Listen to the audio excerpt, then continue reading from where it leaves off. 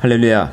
오늘은 창세기 10장을 통해서 하나님의 말씀, 하나님의 은혜를 우리가 함께 누리기를 원합니다. 지금까지 노아의 홍수에 대해서 우리가 배웠습니다. 이 노아의 홍수 이전에 하나님께서 이 세상을 창조하시고 하나님께서 하나님의 형상대로 인간을 창조하시고 복을 주셨지만 인간의 죄로 인해서 홍수로 세상이 멸망하는 것을 보았습니다. 그러나 하나님께서는 이 세상을 사랑하사 노아의 가족을 살려주시고 방주를 통하여 다른 창조물들을 피조물들을 살려주신 것을 우리가 보게 됩니다. 하지만 그 이후에 어떻게 되었을까 궁금하지 않습니까? 오늘 본문 말씀 창세기 10장을 통해서 그 이후의 자손들이 어떻게 되었을까를 우리가 함께 살펴보기를 원합니다. 창세기 10장을 함께 보도록 하겠습니다. 창세기 10장 6절부터 10절입니다. 함의 아들은 구스와 미스라임과 붓과 가나안이요 구스의 아들은 스바와 하율라와 삽다와 라아마와 삽드가요 라아마의 아들은 스바와 드단이며 구스가 또 리므롯을 낳았으니 그는 세상에 처음 영걸이라 그가 여호와 앞에서 특이한 사냥꾼이 되었으므로 속담에 이르기를 아무는 여호와 앞에 리므롯 같은 특이한 사냥꾼이로라 하더라. 그의 나라는 시날 땅의 바벨과 에렉과 악각과 갈레에서 시작되었으며 아멘. 여러 가지 이름들이 등장합니다. 자, 여기서 우리가 봐야 될 것 아주 중요한 그런 진리가 있습니다. 오늘 이 본문 말씀의 배경을 설명하자면 노아가 홍수가 끝나고 방주에서 나왔습니다. 그리고 나서 이상한 행동을 합니다. 노아가 술에 취했습니다. 아니 어떻게 하나님의 사람인 의로운 자로 불렸던 노아가 술에 취할 수 있을까? 그것은 노아도 사람이었기 때문에 완벽하지 않은 사람이었기 때문에 그런 죄를 범할 수가 있는 것이죠. 그러나 거기서 아주 더 이상한 이야기가 나옵니다. 노아의 아들 3명이 있었습니다. 바로 셈과 함과 야벳이었습니다.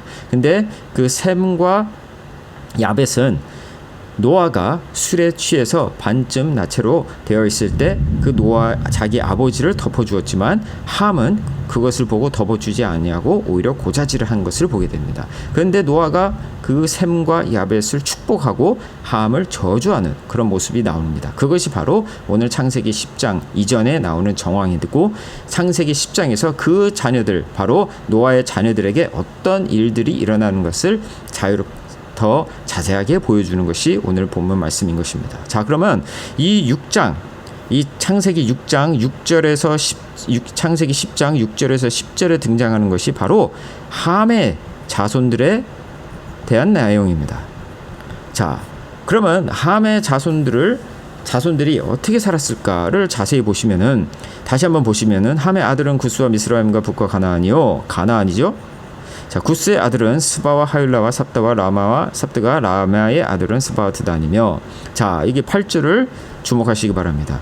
구스가 또 리므롯을 낳았으니 그는 세상에 처음 영걸이라 영웅이라는 뜻입니다. 그가 여호와 앞에서 특이한 사냥꾼이 되었으므로 속담에 이르기를 아무는 여호와 앞에 리므롯 같은 특이한 사냥꾼이로다 라고 하였습니다.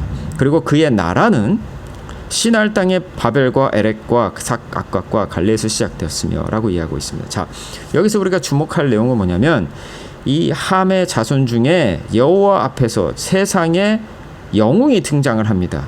바로 리므롯이라는 영웅이 등장하고 이 리므롯은 아주 힘이 세고 정말로 여기선 특이하다라고 하고 있는데 아주 실력이 좋은 그런 사냥꾼이었다라는 뜻을 가지고 있는 것입니다. 자, 그런데 이것이 왜 중요하냐면요. 6절에서 10절까지 함의 자손에 대해서 표현을 하고 있고 1절에서 5절까지는 야벳의 자손에 대해서 이야기를 하고 있고요. 그리고 이제 그 밑에는 이제 셈의 자손에 대해서 이야기를 하고 있습니다. 그런데 야벳과 셈의 자손들 중에는 니므롯 같이 하나님 앞에서 특이한 사냥꾼 영걸이 등장하지 않습니다. 그것이 주목할 점이고요. 또 두 번째는 10절에 니므롯의 나라라고 되어 있습니다. 벌써 나라를 세웠다는 것을 보게 되는 거죠. 그런데 시날 땅의 바벨, 에렉과 악각, 갈레 어디서 많이 들어본 이름이 나오죠? 바로 바벨이 나옵니다. 바로 우리가 다음 주에 볼 바벨탑의 그 바벨인 것이죠. 근데 이 바벨이라는 엄청난 바벨뿐만 아니라 에렉과 악각과 갈레까지도 여러 가지 나라가 나라가 이 지역에서 시작이 되는 것을 보게 되는데 그것이 바로 이 함의 자손들 과 이 중에 특별히 이 니므롯의 영향권에 있다라는 것을 우리가 보게 되는 것이죠. 자, 그 다음에 아까 6절에 가나안 우리 많이 등장하죠. 가나안 땅이 있고요. 또 가나안 지역에 있었던 이제 블레셋 족속들 여러 이제 사람들이 많이 등장을 합니다. 자, 한마디로 이 함의 자손들은 나라를 이루고 있었고, 그리고 아주 힘이 센 그런 니므롯 같은 사냥꾼이 있었지만 셈과 야벳은 그렇지 못했다라는 것을 우리가 보게 되는 것입니다. 자, 여기서 우리가 주목할 것은 무엇이냐면 셈과 야벳 그리고 함의 차이점입니다.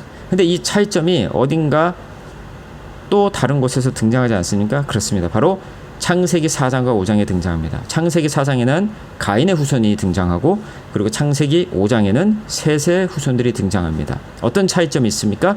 가인의 아들들은 하나님의 저주를 받았음에도 불구하고 오히려 나라를 일구고 성을 쌓고 그리고 문화를 시작합니다. 그래서 이 인더스트리를 시작을 하고, 또 그리고 이 사냥과 같은 엄청난 그런 일들을 시작을 하고, 또 문화를, 또 이제 음악과 예술과 같은 문화를 시작하는, 어찌 보면 인간사의 아주 중요한 획기적인 획을 긋는 그것을 바로 가인의 자손들이 하고 있는데, 창세기 5장에 보면은 셋의 자손들은 별로 한 것이 없습니다. 낳고 아이를 낳고 그리고 죽고, 이것이 계속 반복이 되는 것을 우리가 보게 됩니다. 아니, 어떻게 하나님의 축복을 받은 축복의 라인인 이 셋의 자녀들과 저주의 라인인 가인의 자손들의 삶이 어떻게 이렇게 다를 수가 있을까? 어찌 보면 인간적인 관점에서 봤을 때 오히려 가인의 자손들이 더 잘 살고 셋의 자손들은 더 못 사는 것 아닌가? 근데 이것이 또 여기서 오늘 창세기 10장에서 반복이 되는 것을 보이지 않습니까? 함의 자손들은 오히려 저주를 받아서 못 살아야 되는데, 함의 자손들 중에 특이한 사냥꾼이 나오고 함의 자손들 중에서 나라를 세우는 사람들이 나오는데, 반면에 셈과 야벳은 별 볼 일 없는, 어찌 보면 우리가 인간적인 관점에서 별 볼 일 없는 그런 사람들이 계속 등장하는 것이 이상하지 않습니까?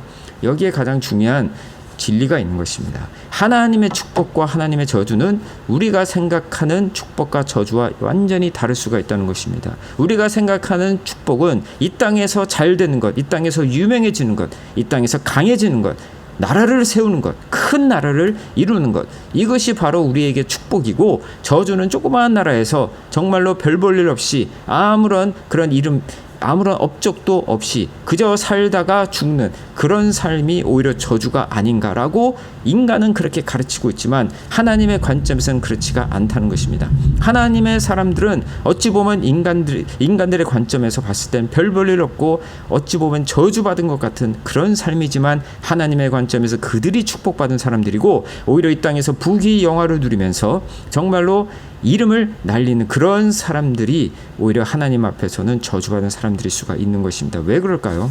우리가 이것은 바꿔서 우리가 하나님의 관점에서 생각을 해야 되는 것입니다.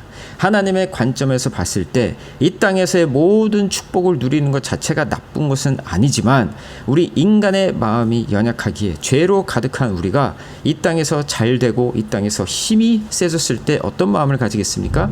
바로 교만한 마음을 가지고 하나님을 대적하게 되는 것이죠.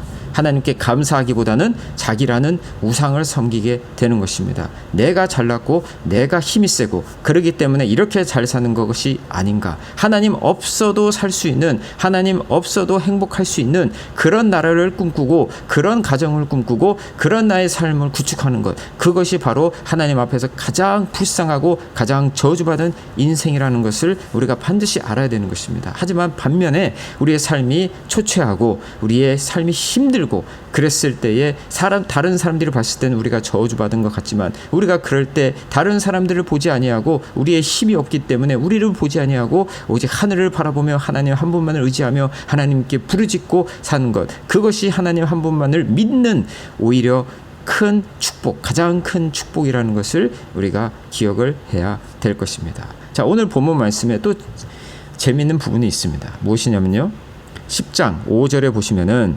이들로부터 여러 나라 백성으로 나뉘어서 각기 방언과 종족과 나라대로 바닷가의 땅에 머물렀더라. 25절에 에벨은 두 아들을 낳고 하나의 이름을 벨렉이라 하였으니 그때 세상이 나뉘었으며 벨렉의 아우의 이름은 욕단이며. 여기서 25절과 25절에 두 가지 주요 단어가 있습니다. 무엇입니까?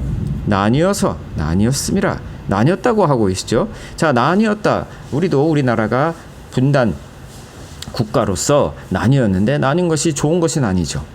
자, 그런데 신기한 것은 이 5절은 야벳의 자손들의 내용이고요. 25절은 셈의 자손들의 이야기입니다. 야벳과 셈의 자손들에 대한 이 구절에는 나뉘었단 말이 등장을 하는데 신기하게도 함의 자손들에게는 나뉘었단 말이 등장하지 않습니다. 자, 바꿔 얘기하자면 함의 자손들은 어찌 보면 함께 잘 살고 있는 것 같습니다.